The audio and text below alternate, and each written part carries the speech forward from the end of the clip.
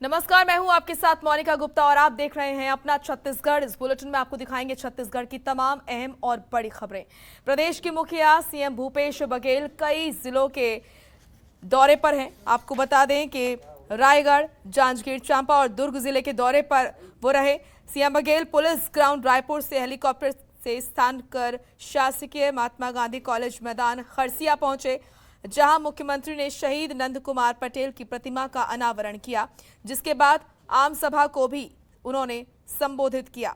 मुख्यमंत्री बघेल मालखरौदा के ग्राम भाटा पहुंचे और वहां से दुर्ग जिले के विकास खंड पाटन के ग्राम रानी तराई पहुंचे और आयोजित मड़ई मिलन कार्यक्रम में वो शामिल हुए। अमरजीत भगत कैबिनेट मंत्री और जयसिंह अग्रवाल कैबिनेट मंत्री, उमेश पटेल कैबिनेट मंत्री और विधायक प्रकाश नायक, लालजीत सिंह राठिया, कांग्रेस प्रदेश अध्यक्ष मोहन मरकाम साथ में उनके मौजूद रहे। और ये तस्वीरें उस दौरान की। कई जिलों के दौरे पर रहे सीएम भूपेश बघेल। रायगढ़, जांजगीर चांपा और दुर्ग का उन्होंने दौरा किया।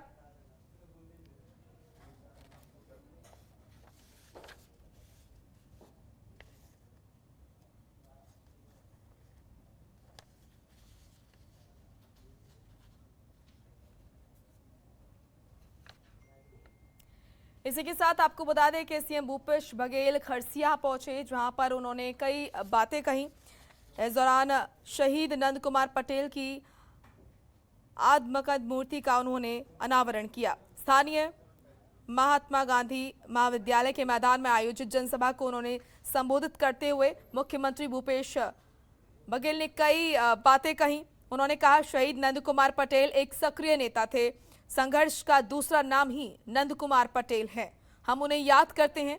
झीरम में नक्सली हमलों में शहादत हुए घटना को लेकर एनआईए रिपोर्ट राज्यपाल को सौंपे जाने वाले मामलों को लेकर मुख्यमंत्री ने कहा, आयोग के रजिस्ट्रार राज्यपाल को प्रतिवेदन सौंप दिया और ये रिपोर्ट राज्यपाल को नहीं, राज्य सरकार और मुख्यमंत्री को सौंपे जाने की परिपाटी है। भारत सरकार हमें रिपोर्ट नहीं दे रही है, षड्यंत्र की जांच नहीं कर रही है। तो इस दौरान सीएम भूपेश बघेल ने कई बड़ी बातें कही। उन्होंने कहा कि इस पूरे मामले में निष्पक्षता पूर्वक जांच नहीं हुई है। नमन भी किए, स्मरण भी किए और 2013 में जो परिवर्तन यात्रा लेकर वो चले थे, एक संकल्प था, सपना था छत्तीसगढ़ के बारे में। उन सपनों को साकार करने का काम हमारी वर्तमान सरकार कर रही है। चाहे किसानों के मामले हों, चाहे आदिवासियों के हों, चाहे मजदूरों के मुद्दे हों, तो किसी भी वर्ग में देखें तो शहीद नंद कुमार पटेल ने जो सपने देखे थे सरकार करने में हम लगातार काम कर रहे हैं और हमारा लक्ष्य भी यही है कि शहीद नंद कुमार पटेल के ही रास्ते पर चलते हुए उनके सपनों को साकार करते हुए उन्हें सच्ची श्रद्धांजलि दी। तो केवल न्याय की बात कर रहे हैं, सारी बातें मैंने स्पष्ट कर दी और जिस प्रकार से हो रहा है वो सही जान रहे हैं। आखिर एनआईए जांच कर नहीं रही, किसी निष्कर्ष पहुंची नहीं है। फाइनल रिपोर्ट कोर्ट में सबमिट कर चुके हैं। हमने कहा कि फाइल हमें दे दी, हम जांच करेंगे। हमें जांच करने नहीं दे रही है और खुद ही जांच नहीं कर रही है। इससे स्पष्ट है कि किसी न किसी बचाने की कोशिश कर रहे हैं, कुछ षड्यंत्र है, बताना चाह रहे हैं।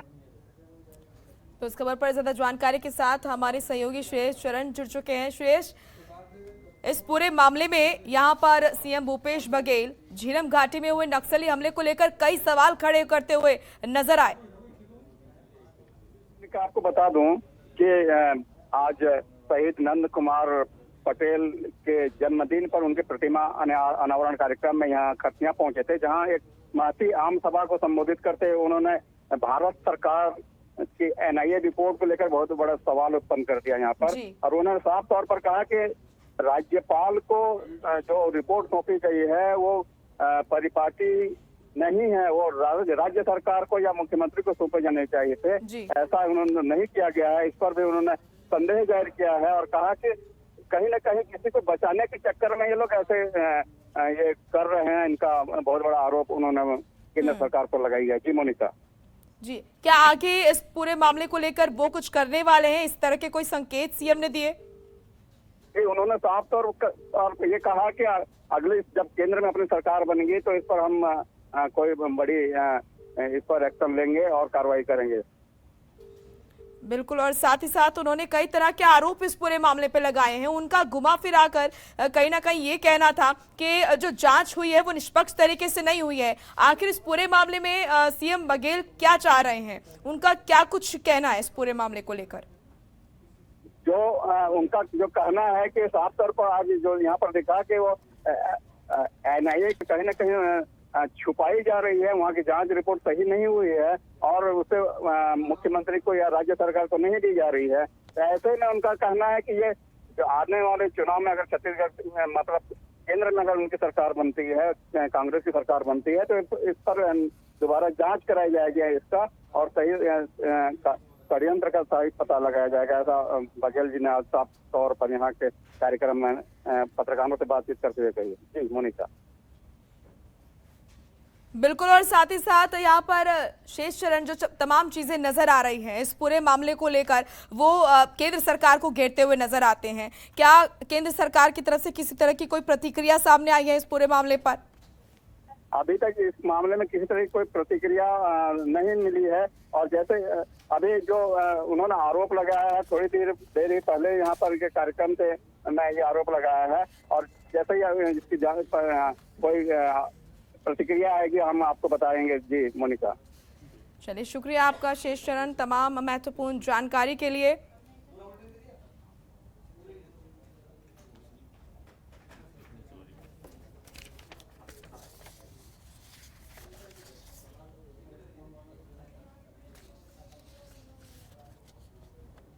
तो आपको बता दें कि सीएम भूपेश बघेल ने झीरम घाटी में हुए नक्सली हमले को लेकर उसकी जांच रिपोर्ट को लेकर कई बड़े सवाल खड़े किए।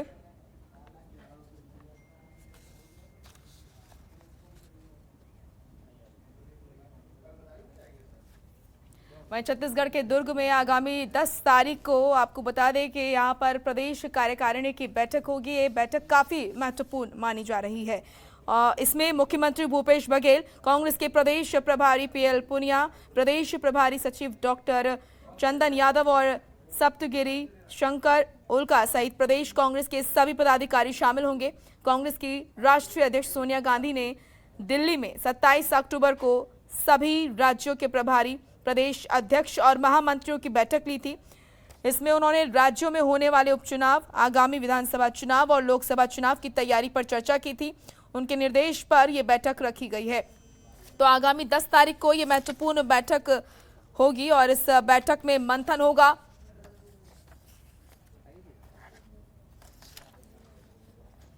छत्तीसगढ़ के ब्यूरो चीफ प्रशांत द्विवेदी हमारे साथ जुड़ चुके हैं। प्रशांत जी, जिस तरीके से देखा जा रहा है आगामी चुनावों को लेकर कांग्रेस अब एक्टिव मोड में नजर आ रही है, ऐसे में 10 नवंबर को छत्तीसगढ़ के दुर्ग में कांग्रेस प्रदेश कार्यकारिणी की ये बैठक होगी।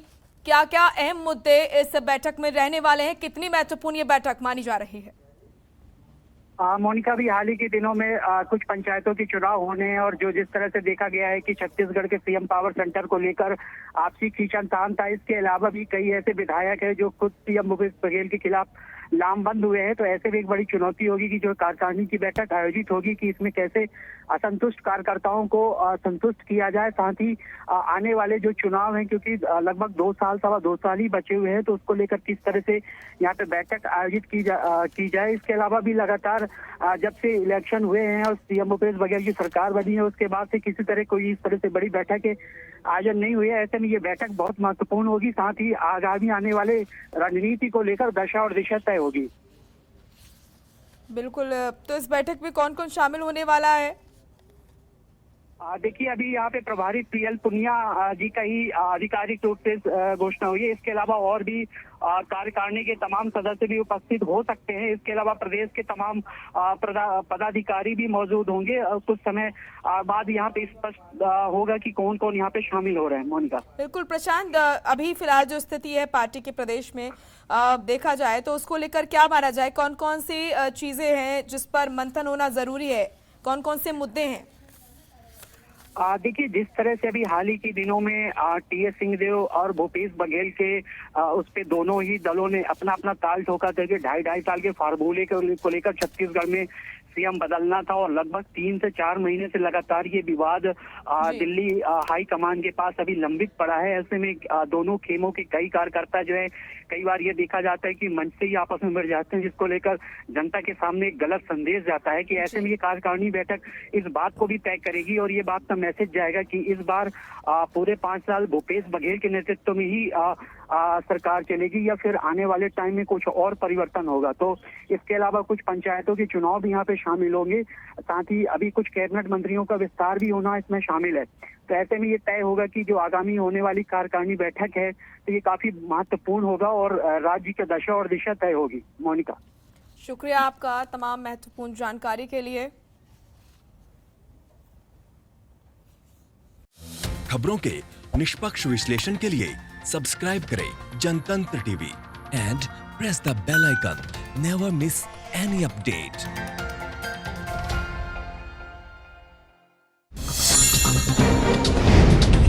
डाउनलोड कीजिए जनतंत्र टीवी ऐप को, जो कि अवेलेबल है गूगल प्ले और ऐप स्टोर पर।